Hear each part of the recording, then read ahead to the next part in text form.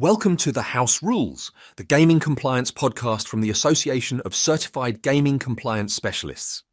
In this podcast, we will hear from casino and iGaming compliance specialists discussing the latest trends and hot topics impacting the industry.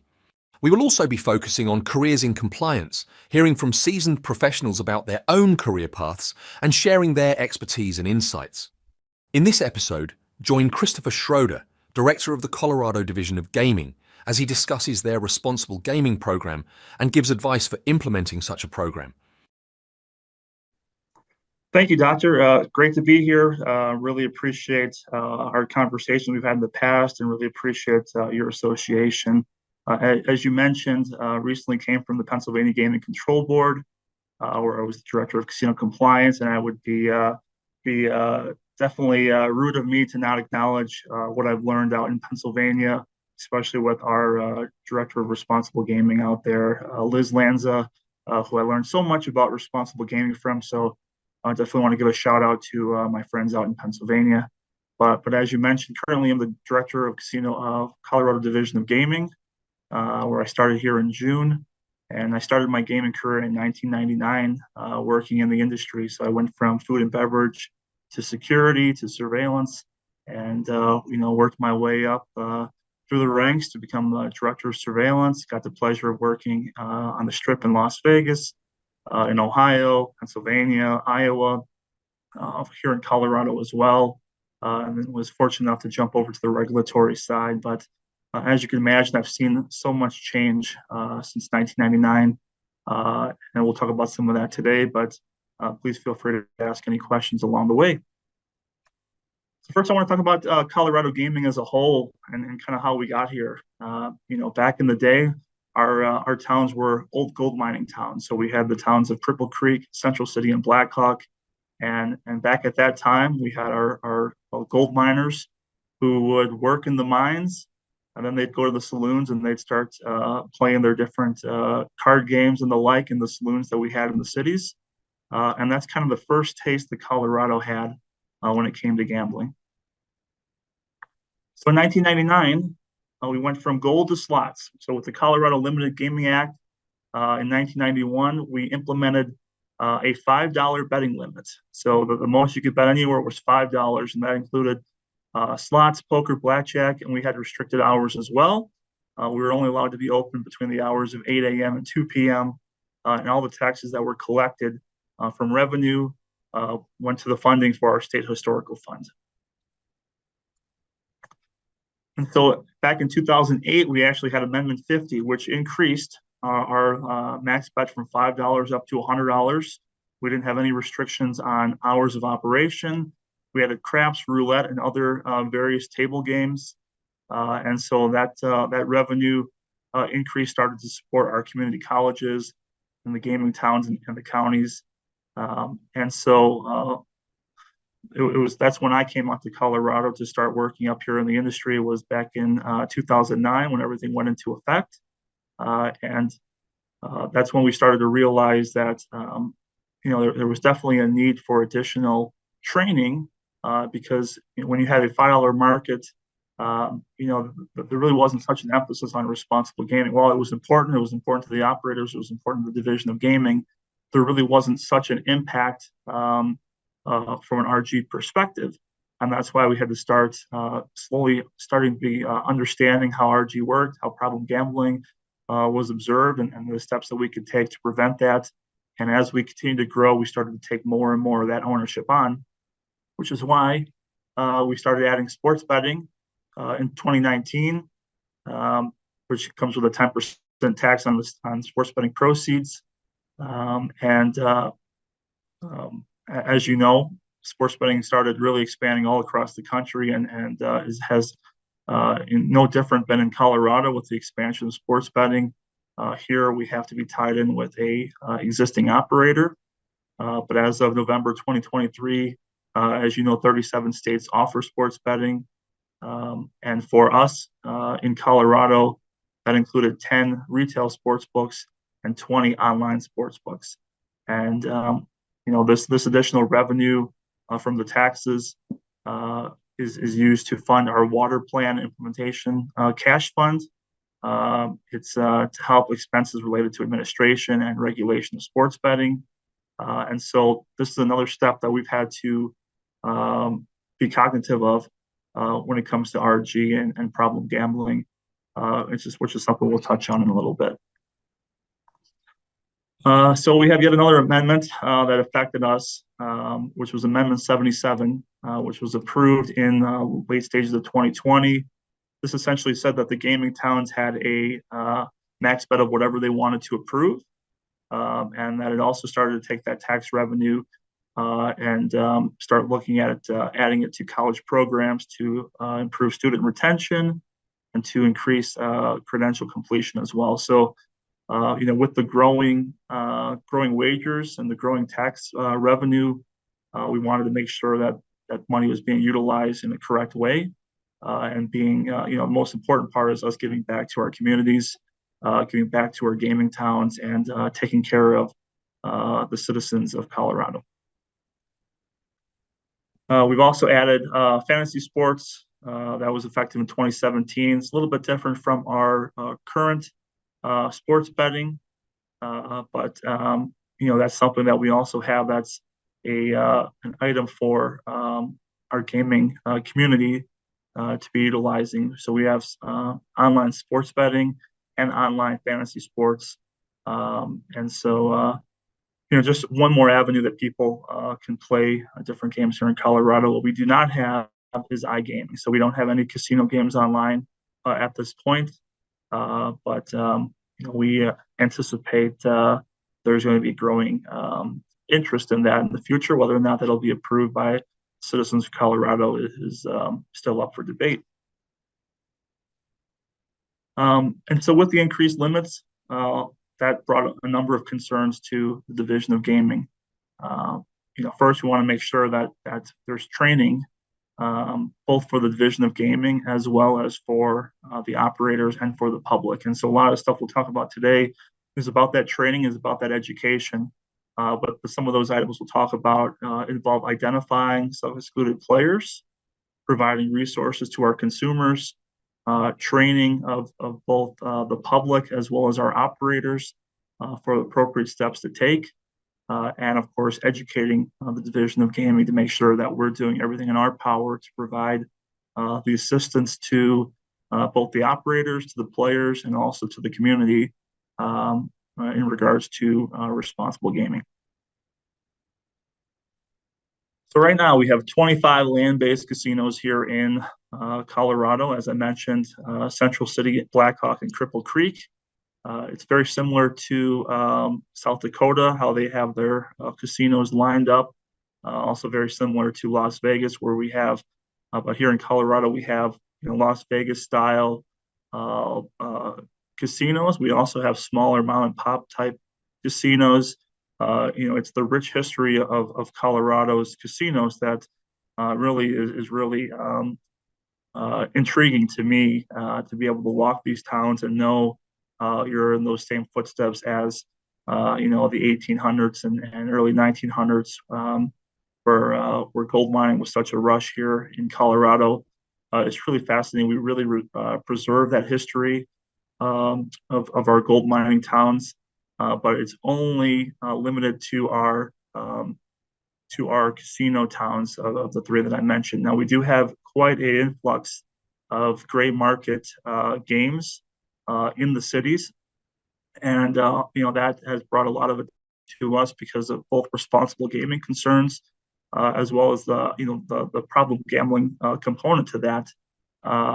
We're about 1 hour from Denver itself here in Central City and Blackhawk, and about an hour as well for Colorado Springs to our casino towns. And so, when winter comes, our roads sometimes have to be shut down, and sometimes people don't want to make that trip out during the winter time. They'd rather go to a mom and pop shop, gray market game right down the street from them. And so that's definitely a concern of ours because they don't have the same regulations and training and expertise that our casino operators have, as well as the Division of Gaming has, in order to assist people and help them through the wide variety of different means that we have to protect against problem gambling.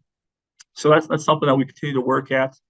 We have implemented an ad advertising campaign where we have taken money through a grant, which I'll talk about later on, in order to communicate to the public the reasons why gray market gaming isn't appropriate, and how that responsible gaming tie-in comes into play with that. That really the only place, if you want to have regulated gaming and have those safeguards, are our casino towns, and of course our online applications for sports betting and fantasy sports. So we'll touch into that a little bit, but we've noticed that gray market games really, as you know, they have no controls when it comes to responsible gaming, and that's something that is definitely troubling to us, the division, and we are looking at all avenues regarding that. But we believe our advertising campaign to really promote responsible gaming, as well as talk about these gray market games, it's going to go hand in hand together. And it's really going to, educate our citizens here in Colorado of that type of concern, while also being able to advertise responsible gaming and our self-exclusion program. So I want to talk about the evolution of responsible gaming, just from my own point of view. As you know, gaming has evolved quite a bit since the state started having riverboats and racetracks, and to eventually full-fledged casinos in their states. Just like that, responsible gaming has evolved quite a bit as well. And so when I started in the industry as a security officer, at that time, responsible gaming really wasn't something that was talked about. There really wasn't that type of training associated with that. There wasn't that emphasis on what to do as an employee if you saw somebody with a responsible gaming concern. But now it's completely different, right? We have required training that the operators are very happy to be a part of. A lot of them have their own required training in-house that they would do even without any type of requirements from the state regulators.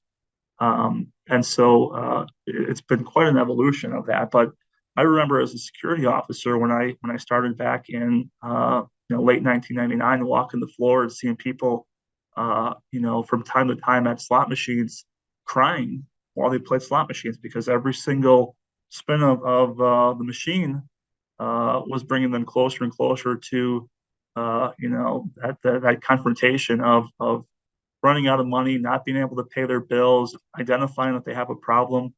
And I remember, asking the other employees as I saw somebody, at the machine crying, what do we do in this case? How do we respond to this? And essentially I was told, just don't worry about it. Just walk right by it. And, I'm very pleased to say that that's definitely not the case anymore. There is such an importance on the operators, such an importance on the regulators to not allow that type of activity to occur. And another real life example is when I eventually went over to surveillance in 2000.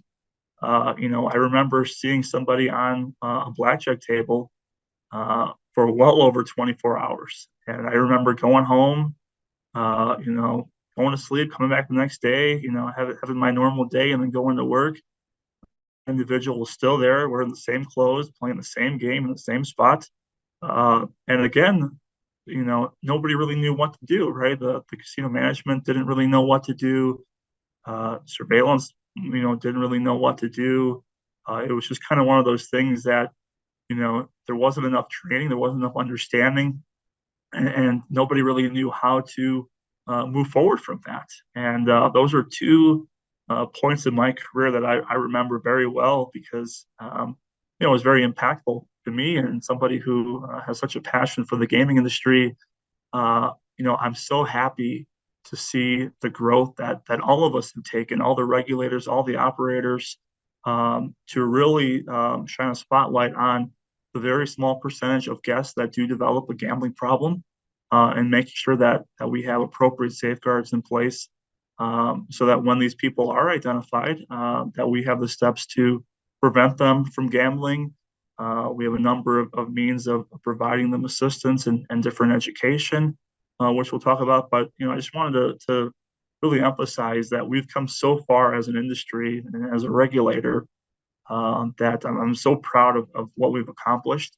And I know that we're going to continue to accomplish great things, just like surveillance. When I started back in the day, as you can see on the screen, we had giant beach ball cameras in the ceiling, and they would all, the whole dome would move by itself. Everything was recorded on VHS tapes, and sometimes you'd have good quality video, sometimes you wouldn't. But now, with the touch of a button, I could review, days, weeks, months beforehand. I could save that video indefinitely. I have very small 4K cameras that can see across the entire casino. I can identify the date on a penny laying on the ground. And so, just like with the evolution of surveillance, RG has really come a long way with changing for the better.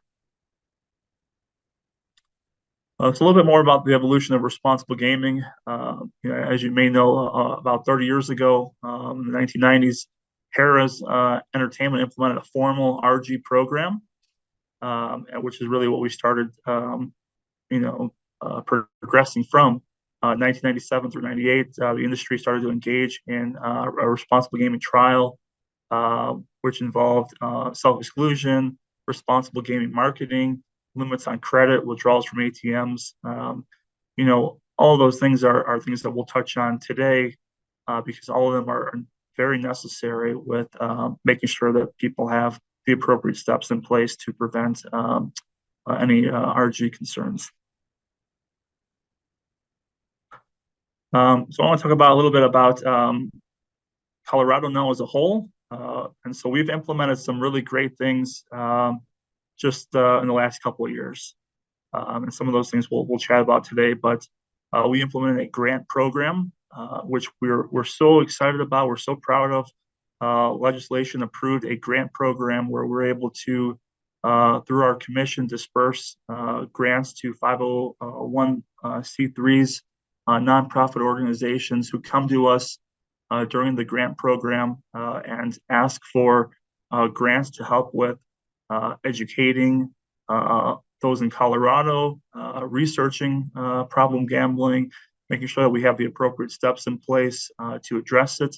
And so, again, just recently, over the last couple weeks, we had our last commission meeting was our second time awarding grants focused around responsible gaming. And so we had we'll talk about it in a second, but we offered about $2 million just this last commission meeting for different grant programs, which is something that I think that Colorado has really taken a great step in adding some of these programs to both identify this problem as well as address it. We've also implemented, since I started, a self-exclusion program. Working in different jurisdictions I've worked in, and specifically in Pennsylvania, seeing how successful our self-exclusion program was in Pennsylvania, I wanted to right away make sure that we implemented that safely here in Colorado. We had already had it approved as I was coming on board, and we had to implement the program. And so, after I started, we worked together in order to implement that. We'll chat about that in a little bit as well. And most recently, we talked about responsible gaming advertising and promotional efforts. This year, we implemented new RG rules that require our operators to always have on their advertising gambling problem, call or text 1-800-GAMBLER, which is our self-help line here in Colorado. Before there wasn't such a requirement for advertising. And again, I was so proud of seeing the efforts in Pennsylvania of the requirements for that RG language on all advertising, that we were able to implement it here in Colorado as well. And I'm happy to say that the operators were extremely welcoming of that and happy to implement that. A lot of them were already implementing it on their own before this requirement. But we were happy to have some ground rules in place that make sure that everyone's playing by the same rules and those same advertising requirements. So just a little bit about RG when it comes to the division of gaming. So in 2022 to 2023, there's really multiple employees that were taking on RG as a whole. And we started that grant program collaboration. We started slowly creating our forms. But going into 2023 and 2024, we actually hired a responsible gaming manager. So when I started, I found that was one position that we really needed here at the Division of Gaming, especially with our limit changes. And so I have on the call with me, who helped me with this PowerPoint, Corey Martinez. She was working for our sports betting section, and she was our HR liaison, and she was promoted to our responsible gaming manager. So to have one person solely dedicated to RG is really, really important to me. This person also works with our grant program, and it's really a great addition. And so we'll talk a little bit more about Corey's responsibilities in a second, but we also really focused on policies and procedures. We focused on compliance, and we're focusing really hard on grant oversight, so that we know that the grants that we've offered, that we're constantly checking in with those recipients to talk about how is that money being utilized? Where are you at with the process for achieving the terms of your grant, and where are you at from a budgetary perspective? So first, we'll talk about our responsible gaming grant program. So right now we have on a yearly basis, grants are submitted to us for a competitive review. We have a committee that really just focuses on the grant itself. We look at merit and eligibility among a variety of other things.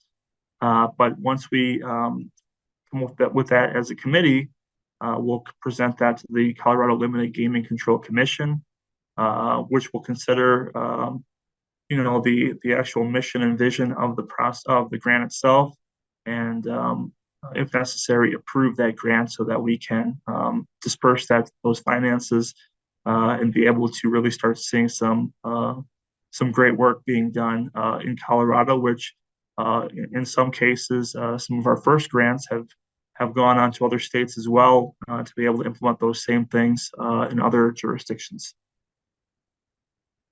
So just a little bit about how we created the grant. Of course, as I mentioned, we're looking at the what supports our impact, how do we improve and support responsible gaming programs in Colorado, and that involves all different levels of support, right? It involves all ages. That involves working with our colleges. That involves different technology that we can leverage. But ultimately, we're collaborating with the Behavioral Health Administration to make sure that the grants are being administered appropriately, and that they're being issued to eligible applicants. So, I think that it's important to have that collaboration with the BHA to make sure that things are being done fairly, to make sure that we're looking at all different avenues when it comes to behavioral health. And so we're really happy to have that collaboration. And so what's the vision behind the grant program? We wanted to provide meaningful funding and encourage prevention, education on gambling addiction, make sure that we're looking at additional counselors, having public awareness, focusing on treatment and recovery, of course, making sure that we have the appropriate data on the topic, and making sure that we're researching how this affects Colorado as a whole.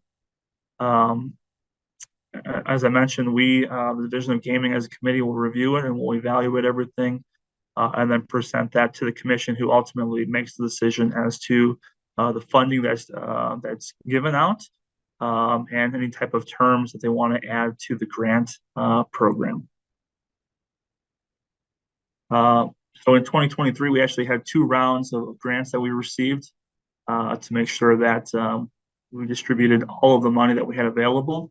And then 2024, we actually had requests totaling $4.4 million from 12 different applications. We only had available between $2.3 and $2.5 million to offer. because we do take our responsible gaming program expenses out of that grant fund. And so right now we had a 2.5 million minus administrative fees. And so it was a very competitive process. But we were very happy that we saw such growth from 2023 into 2024. The reason why we had to have two rounds in 2023 was we just did not have enough grants that we received. And so we had a really hard advertising campaign, reaching out to different nonprofits, reaching out to different colleges to let them know that we do have this available. And we were really excited to see that level of increase year over year. And we expect to hopefully have the same level of disbursement next year. Anything that's not spent this year will be carried over into next year. We also have some money from some other funds that we plan on adding into the grant programs. So this is really something that we think is really needed because I think this is where we get our education about responsible gaming from. This is how we understand how it impacts us right here at home in Colorado, but it also helps us understand how it affects us countrywide.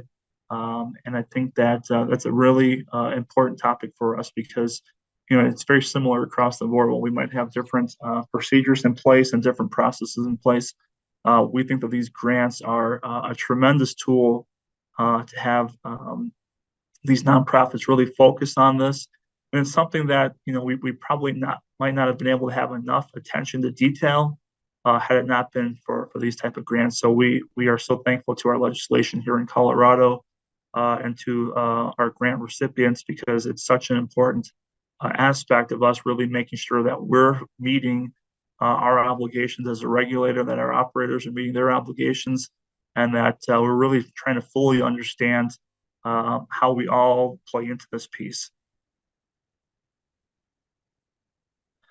This just really talks about how we start our process. So we open up our process every year on November 1st to receive applications. We close them on December 1st. And then throughout that period is when we start really evaluating our grants and how that piece ties in. Our application, really just to quickly go through this, we ask about an executive summary, tell us about the amount of money that you need, how the money is being used, a timeline. Of course, we want to be able to prove who they are and that they're tax exempt status. We really award these based on our current needs of our RRG program, the overall impact of this, the amount that we have available in the fund, and of course, really focusing, as I said, on prevention, education, treatment, recovery, awareness, data, websites, anything that we can have to make it easy for people to get information and for us to be able to understand that information is something that's really important to us. Just a little bit more about our grants, and then we'll move on to the next topic. But we do submit a report every year to our commission to make sure that we're achieving those objectives, that we're to really be able to show that impact on the community, talk about the amount of money that was utilized. The commission takes that information and they utilize that to make sure that we're, there's always a checks and balance system, right? And with our commission, that's no different. They provide checks and balances to us the same way we provide checks and balances to the industry. But it's a very closely monitored process because of the amount of money involved. It's something that we take very seriously. And so we're for this year, we're going to have monthly check-ins with each grant recipient to find out where they're at with the process and how much money that they've spent and make sure that we're all aware of each step of the process. So just a little bit about what we offered. So in 2023, during the first round, we had a total amount requested of $1.5 million that went to the Massachusetts Council on Gaming Health because they were looking at building capacity in Colorado for a system of responsible gaming. That was for $200,000. Kindbridge Research Institute was awarded a little over $264,000. Because they were focusing on a strategic approach to gambling expansion and a review of gambling treatment quality and availability in Colorado. And of course, a great partner of ours is the Problem Gambling Coalition of Colorado, which was awarded a little over $1.1 million. That was to really help with a problem gambling center here in Colorado, collegiate education and prevention program, and an awareness and education program. But as I'll talk about in a little bit, initially the Problem Gambling Coalition of Colorado was the main point of contact for all RG matters in Colorado. They had a self-exclusion list that we eventually would inherit from the PGCC. So round two in 2023, we gave away another $908,000. This one went to Kindbridge itself, a little over $578,000 for a Colorado athlete well-being program, which is something that's really important to us to understand how this is affecting Colorado athletes and really to focus on their well-being and integrity. And something that we're also very proud of, $362,000 going to the Colorado Military Problem Gambling Research Education and Recovery Program. As you could probably imagine, we have a very large military population here in Colorado. We wanted to make sure that, with the availability of gambling so readily available near them, we wanted to make sure that we were researching that topic as well. And as I mentioned about our ad program, $330,000 went to the Division of Gaming for our ad program to talk about playing legal, playing responsible, and playing safe through a marketing campaign.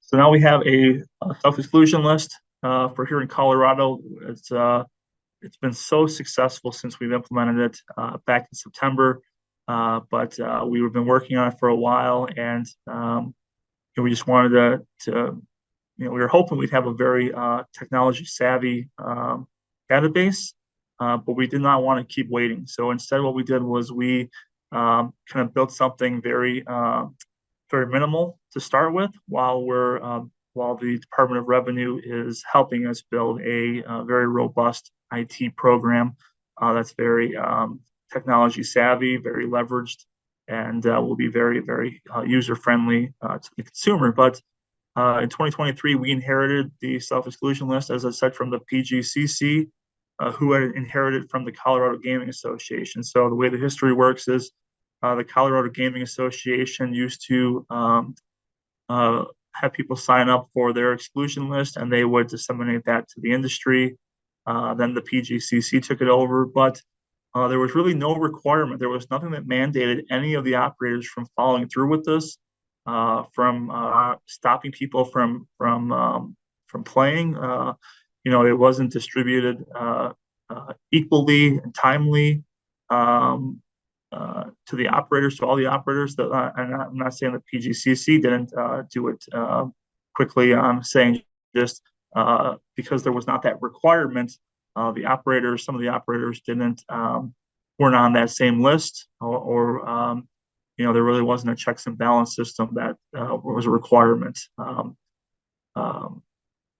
And now the Division of Gaming maintains that list, and so it's people that want to sign up to be self-excluded or to remove themselves from that list, contact the Division of Gaming as a whole. I've been so proud of the Colorado gaming industry when we implemented this. They have been so supportive of this. That includes both our online operators and our brick and mortar operators. They've done a fantastic job. They had already, cared a lot about responsible gaming, but now, now that we have these rules in place, they have done such a great job with adhering to the policies, to working to stop people that are on this list from gambling. And I couldn't be happier with our operators here in Colorado, who have done such a fantastic job of helping us with this new rollout, to being open-minded, because we've had to change things, a couple steps of the way to make sure that our format was proper with distribution. But I can't say enough about our Colorado operators and how open-minded they've been about this new process, and how hard they've worked, both from a training aspect as well as from a making sure this is implemented appropriately in Colorado. So just a little bit about SC here in Colorado. Colorado had a population of 5.8 million in 2021. And so historically, we've had 848 people that had signed up for the exclusion list since 2002. To me, that's a very low number because our industry, not sure, our community didn't realize that we have this available to them. So, part of what we do now is making sure that we're advertising our self-exclusion list to make sure people know that we have these resources available. And that's gone through a wide variety of ways, which we'll chat about. But, it's something that's very important to us. It's very important to the operators. And we've seen significant growth since we've implemented the process here in September. So since September, we had 78 people enroll into the program. So September to December, we had 78 people. January alone, we had 24 people. So as you can see, what we're doing is working. When somebody comes to an operator and has concerns about problem gambling, they're given the resources by our operators. When they come to the Division of Gaming, they're given those resources. And we're really advertising this in a wide variety of different ways, both through media, through our website, and also distribution of different self-help pamphlets and posters in the gaming town. So, I think that to have this many people have signed up since September when we implemented the program, knowing that we had about 800 people since I forget what the date was, 2000, early 2000s, really shows that this has really been a successful process since we started in September, and I envision that it will continue to be a very successful process. Just a little bit of a breakdown of our exclusion list as a whole.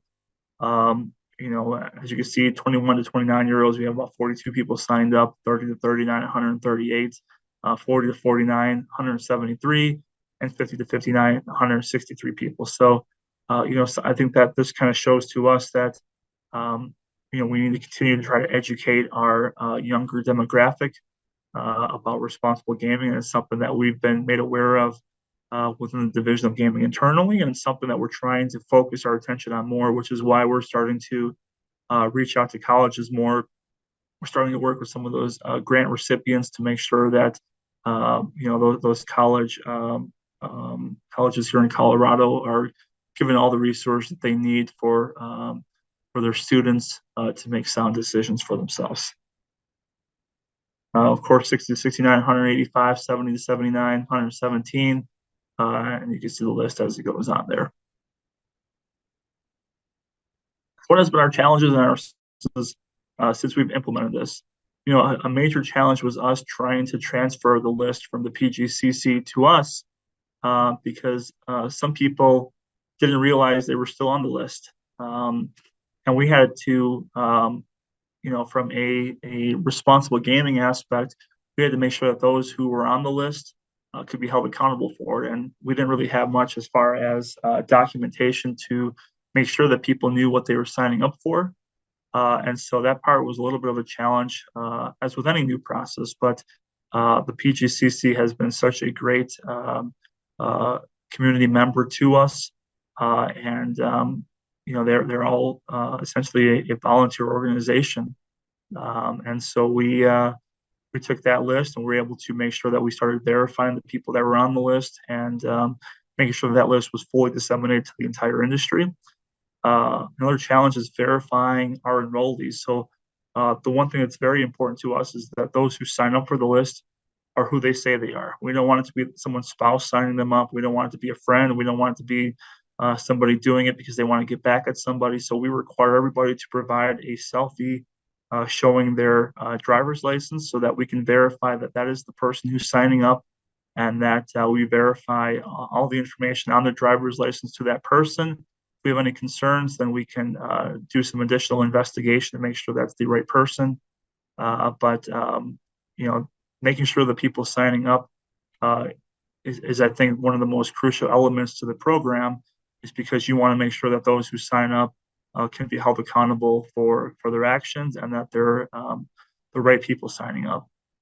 We also had to create a sign-up form. As I mentioned before, We initially wanted to wait to have just a really great program to roll it out. We realized we couldn't just wait any longer. And so while we're still developing that program on the back end, we had to come up with a very mundane approach now through utilizing a Google form, which gets the same amount of information that we need, but it's a little bit more cumbersome as far as on the back end, right? It's very seamless to the player when they sign up.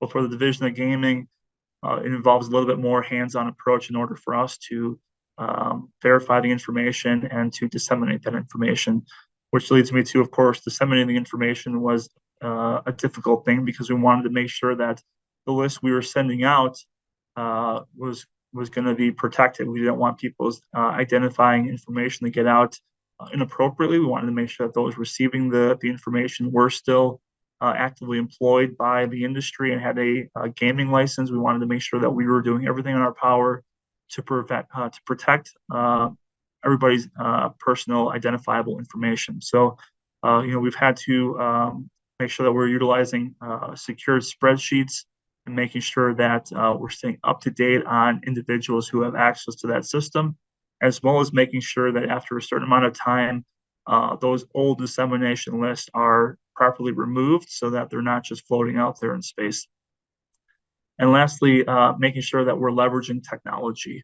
We have so many aspirations for being able to do this, but we've learned that it takes time for us to be able to really develop this program, to be able to have such a really user-friendly experience, and that's why we didn't want to wait any longer. So, in turn, the successes that we've had quick additions to our list, and they're really tied to our rules and regulations. We want to make sure that everything that we're doing meets our regulations and that we're constantly knowing that we're following our own guidance, because if we're giving guidance to the industry, we want to make sure that we're doing that same on our end, which was why it was so important for us to bring on that responsible gaming manager.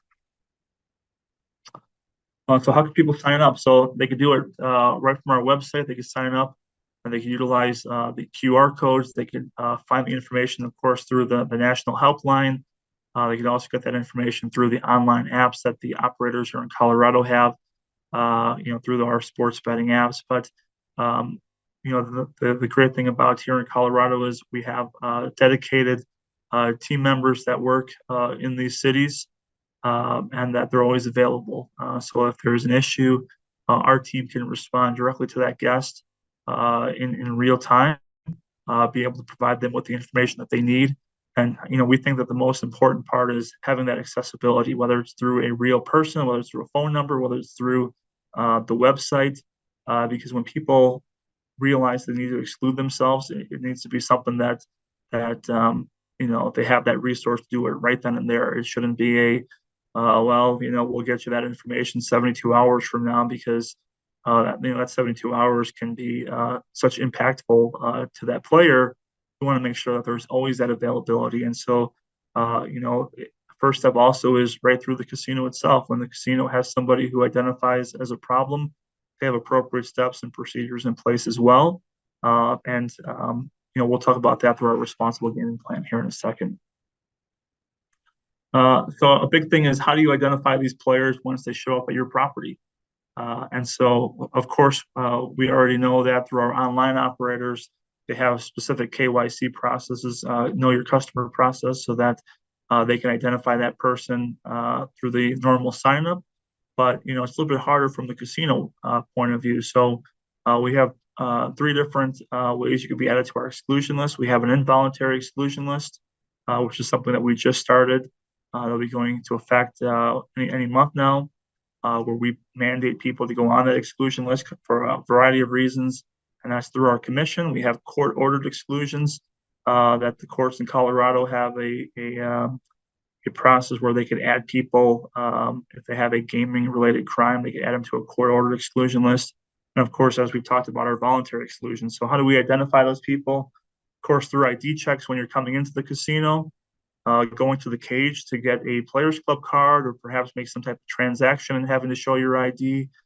I can't emphasize enough surveillance being such a huge way to identify people on the exclusion list. One of our great practices that we like to have is making sure that we have a exclusion database that is a dedicated monitor in the surveillance room that can be constantly changing with pictures of who are on the exclusion list, so that's always fresh in the surveillance operator's mind.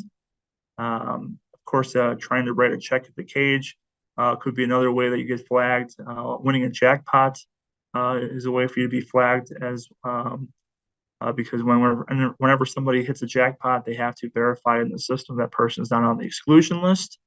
And of course, the operator is required to flag any players club card that a self-excluded player had previously signed up for, so that when they put their card into the slot machine, it triggers to surveillance and to security and whoever else that person has, that person is self-excluded, and they can take the appropriate steps after that, which also includes going to the cage, swiping an ID, or swiping your players club card. This really just talks about our involuntary self-exclusion list. And in the interest of time, I'll just say that we implemented this so that anybody who's a threat to gaming can be petitioned to the commission through the Division of Gaming, and if the commission agrees, they can add them to that involuntary exclusion list. Of course, we have to have appropriate rules in place in order to safeguard us as a division when we want to exclude or eject people, as well as to trespass them for being on, being on the self-exclusion list and coming to our property. So, without those appropriate rules in place to give your law enforcement the tools that they need in order to take the appropriate steps to really make it clear to those individuals not to come back, is really a very crucial part of the process. So you can see on here our statute and rules regarding exclusions and ejections. And of course, the biggest thing is that we're going to confiscate any winnings by that player. So if you come in and win a jackpot, we're going to take that winnings and eject you and potentially charge you with trespassing or any other crime that is applicable. But we think that that confiscation of funds is very, very important, because it really shows that cause and effect to players that it's not worth coming up here because we're just going to confiscate your money if you win. We found that if people are returned that money, there's really not that same emphasis to not come back, because they expect that you'll always have that money returned to them. So we think that the confiscation of funds is crucial to the success of any self-exclusion program. We also want to talk about education and collaboration. So the Division of Gaming employees and the casino employees are receiving training on what steps to take when identifying someone with problem gambling concerns. We're working with Problem Gambling Coalition of Colorado, as I said, who has played such a huge part of addressing responsible gaming here in Colorado. And as I mentioned, making sure that the employees, particularly in surveillance, are aware of these individuals that are on the exclusion list, so that they can be proactively searching for those individuals and stopping them from gambling. It's really an all-hands approach in order to work to give the assistance to these individuals that they need. Talking about surveillance yet again, I talked about the evolution of surveillance and going from, people just in the ceiling on the catwalks to now very robust surveillance systems. We have very strict requirements here in Colorado when it comes to surveillance. Specifically, we require that all cameras needed to be upgraded to IP digital cameras starting this year. It's important for us that surveillance has the tools that they need to identify people, and that there is that visual deterrence that people will get caught if they're on the exclusion list and they come up here to gamble at the properties. A little bit more just about where our cameras are. For responsible gaming plans, so each casino and sports betting operator is required to implement best practices, and we do a lot of that through our responsible gaming plans, which the casino submits to us, to the RG manager, their plan of their best strategies for how they're going to train people, how they're going to identify these individuals. It's the same on the online sports betting side as well. And so in that, they're going to address several things. They're going to address their cashless systems and account wagering. They're going to talk about limits on deposits and withdrawals, limits on betting, responsible gaming tools. Of course, staffing is a huge piece. We want to make sure that we know who is dedicated to RG at the property. We want to make sure there's education being given to the employees and that there's some type of outreach to those at-risk players as they come to the property. We want to make sure that there's some type of intervention for these players. We want to make sure that we're identifying them. We want to make sure there's ways for us to identify people that could be showing signs of having a problem gambling concern. We want to make sure that the exclusion list is implemented properly. We want to make sure, of course, that mail is stopped. We want to make sure that the advertising is cut off immediately. And so that was another thing that has been important to us is initially our properties did not have the ability through our statute to share the exclusion list with third parties. And so then we recognized that that was and sometimes interfering with how quickly we could stop the mail and advertisements to the players. And so then we changed our regulations to allow for approved third-party dissemination of our exclusion list in order to stop the mail as quickly as possible, the advertising as quickly as possible. And so far, that's been a really great addition to our regulations. Of course, we want to address promotions and different offers and bonuses. We want to really hit home about advertising, especially to underage participants. It's really an important thing that all of us are working together. So our team goes up to the properties quite a bit just to be able to do on-site audits and observations. But as I mentioned before, our operators have really taken a great stance and made this a huge piece of their day-to-day responsibilities. So the next steps for the Division of Gaming. Our goal is to have a digital application for enrollment. And we really think that we can tie into our DMV right now to be able to verify those that sign up for the exclusion list, that's the right individual. We also have a DMV application here in Colorado where you can have your driver's license right on your phone. And we think that being able to tie in with that DMV app would be fantastic, both for ease of enrollment as well as for the verification of those individuals signing up for the program. We also want to be able to track people's status right through the app. Right now, they have to kind of remember that or maintain the email response from us when they sign up for the exclusion list and keep track of that date manually. We think that if we're able to have a robust application where they could do it right from the app and know when their time limit is expired would be great, as well as a place for them to sign up for removal after that time frame has expired. And here's our wish list. So if we had, our wish list, here's what we want to do as far as collaborating with other jurisdictions. But, we've heard it before, but we really think there needs to be just one phone number. I get a little bit disappointed when I see the operator commercials, for the online sports books, and you have to find the right phone number for the right state at the bottom of the language at the bottom of the screen. I just wish that there would be just one phone number that could be routed to everybody properly.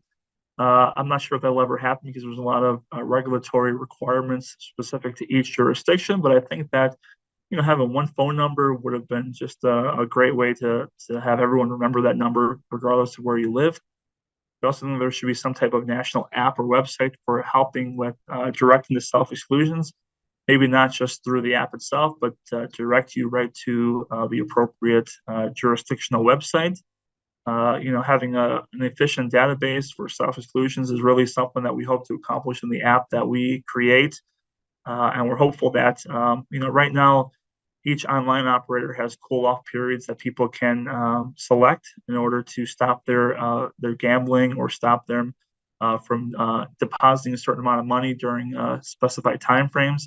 But we think that it'd be great if somehow at some point there was just a one-stop shop for all the apps, whether helpful through the Division of Gaming or not, where people could just go and limit with the click of a button all the operators at one time. I'm sure that some jurisdictions have a better grasp of that process than we do, but we're still very young in our program, and we hope to be able to kind of identify that going forward.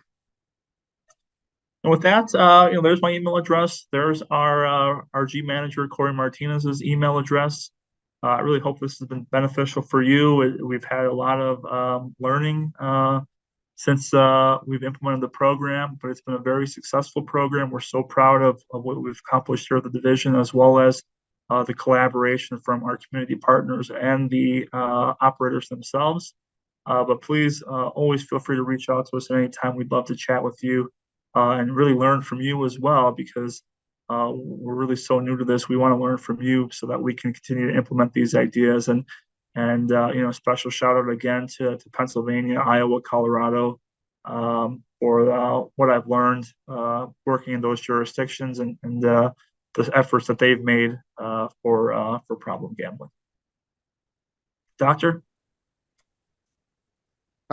Thanks very much, Christopher. Thanks for that really informative presentation, and it certainly has generated a number of questions in the chat. If you have time, I'll take us through some of those. Not too surprisingly, they do center largely around self-exclusion and what happens with those jackpots. But first question we have from Julie, going back to those slides and data you had on self-excluded individuals. Do you have a breakdown of self-excluded individuals who have been registered in sports betting versus casino gaming, I assume land-based casinos? Yeah, unfortunately, we don't keep that data. We don't have on our sign-up sheets, where you came from or where you were recently gambling at that triggered this type of response. All we have is one centralized location, but that is a great idea for us to really be able to understand how people are finding us. I think that could be something that we can easily implement. But unfortunately, all we have is just the enrollment itself, and we track it that way. And we have a couple of questions. I'll merge them into just one theme here because they do follow on nicely. On the subject of the jackpot money, a question from Josephine. She asks, what do you do with jackpot money that's been confiscated? Sure. So our goal is to work with legislation to implement some ways to utilize that money going forward in the form of RGs. Right now, all that money is put into a fund, and we didn't have that specified in our statute when I came out here. But what I'd like to see is what's worked in other jurisdictions where you utilize that money to directly help with responsible gaming. So whether that's through advertising, whether that's through marketing, whether that's through education, whether that's through helping the industry and the division grow, as far as just making sure that we have all the tools that we have in place or helping us with applications. Right now, all we're doing until we can implement a different protocol is tracking that money. We have a certain amount of time before that money falls off our books. I think it's 3 years. So we have some time where we can build up that fund, and it's right now it's very minimal. But our goal is to work with our commission and see if we can implement an actual process where we can utilize that money to give right back to responsible gaming. And we have a follow-on question from Josephine on the same similar lines about giving back and what happens to the money. If a person is reinstated, do they collect the jackpots that they've previously been confiscated? Yeah, absolutely not. If somebody's on the exclusion list and they win a jackpot, they will never receive that money. And thankfully, our regulations are very clear that if you receive that, if you were awarded that money or you won that money while on the exclusion list, you are not entitled to that money and you are not awarded that money. So even if you came off the exclusion list 2 days from now and today you won a jackpot, we would not give you that money in any case. There are ways though that somebody can petition to me and explain the reason behind it, and we could follow up with an investigation and present that, if necessary, to the commission. But there would have to be a very good reason why we would award that money, and that would kind of involve around fraud. If somebody said I didn't sign up for the list, that was my ex-husband, my ex-wife, and I could prove it. Those would be situations that we would really take a hard stance at that. But in any other case, we will never award that money because we don't want to incentivize people for playing on the exclusion list. We have a question from Mark, which approaches it from the opposite. So if someone has had a jackpot confiscated or winnings not being paid out, do you give them back the wagers which they lost?